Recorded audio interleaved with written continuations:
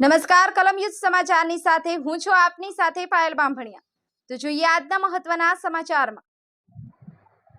માંડવી જેપીનગર ખાતે ધરતી આંબા ભગવાન બિરસા મુંડાની પૂર્ણકદની પ્રતિમાનું આજ રોજ અનાવરણ કરાયું। માંડવી જેપીનગર ખાતે ધરતી આંબામાં આ દેશના મહાન સપૂત ક્રાંતિકારી ભગવાન બિરસા મુંડાની પૂર્ણકદની પ્રતિમાનું અનાવરણ સાંસદ પ્રભુભાઈ વસાવા તેમજ પૂર્વ ધારાસભ્ય આનંદભાઈ ચૌધરી તથા મહાનુભાવોની ઉપસ્થિતિમાં આજ રોજ અનાવરણ કરવામાં આવ્યું હતું, જેમાં આદિવાસી સમાજના ભાઈઓ બહેનો પારંપરિક વેશભૂષા સજી ધજી આવી અને ખૂબ જ આનંદ ઉલ્લાસભેર બિરસા મુંડા સર્કલથી આવી પહોંચી પ્રતિમાનું અનાવરણ કર્યું હતું।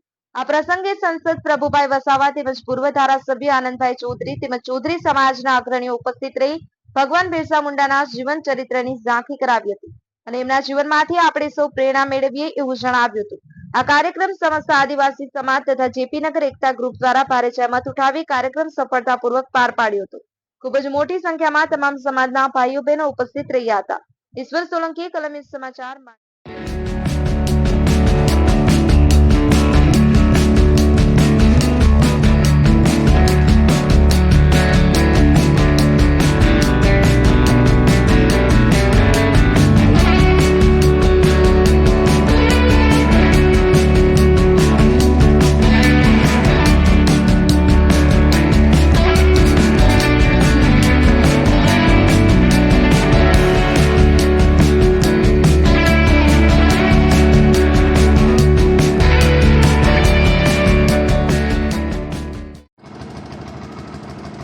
ભગવાન બિરસા મુંડાની 150મી જન્મ જયંતિ નિમિત્તે માંડવી જેપીનગરમાં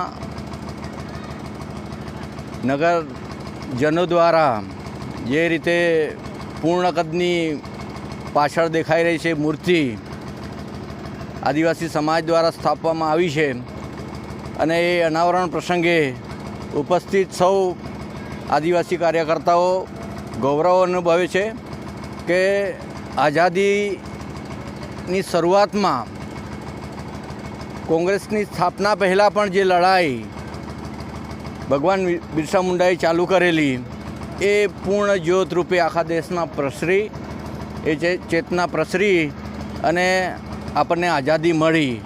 એમાં મહત્ત્વનો ભાગ આદિવાસી સમાજના વીર નાયક અને ઉલગલાનના સ્થાપક ભગવાન બિરસા મુંડાને યાદ કરીએ છીએ અને એના પ્રતાપે આજે આપણે સ્વતંત્ર દેશમાં શ્વાસ લઈ રહ્યા છે। એની કારકિર્દી અને એનું પૂર્ણ લક્ષ્ય હતું જે આજે આપણને મળ્યું છે।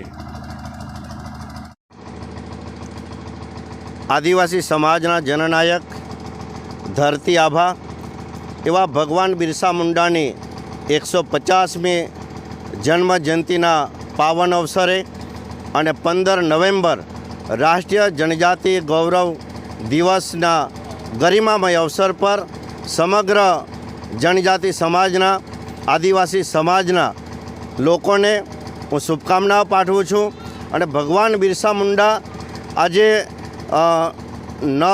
15 નવેમ્બર 1875માં જન્મ લઈને માત્ર 25 વર્ષની ઉંમરે અંગ્રેજોની સામે લડતા આદિવાસી સમાજને એકતાના તાંતણે બાંધવાની પ્રેરણા સાથે એમણે જાગૃત કરીને આદિવાસી સમાજને પણ અંગ્રેજોની સામે લડવા માટે પ્રેરિત કર્યા અને પોતે પણ શહીદ થયા। ત્યારે આવા જનનાયકને આજે એમના જન્મ જયંતિ નિમિત્તે અને આનંદ ઉલ્લાસ સાથે અમે એમનો ઉત્સવ પણ મનાવીએ છીએ અને એમની આજે એમણે શહીદી ઓરી છે ત્યારે એનું પણ આજે અમે યાદ કરીએ છીએ અને એમને વંદન કરીએ છીએ।